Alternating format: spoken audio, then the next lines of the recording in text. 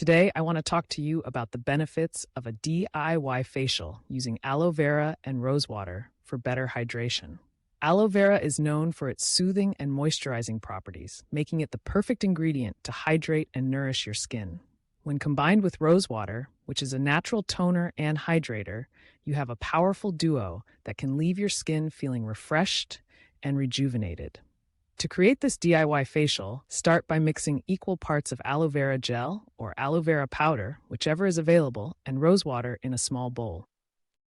Once you have your mixture, apply it to your clean, dry face using gentle, circular motions. Allow the mask to sit on your skin for about 15 to 20 minutes before rinsing it off with lukewarm water.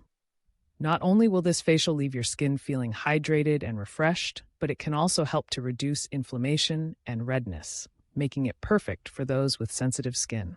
Plus, the natural ingredients are gentle and safe for all skin types, so you can feel confident using this DIY facial regularly.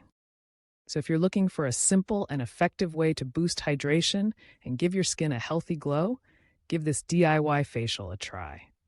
Your skin will thank you.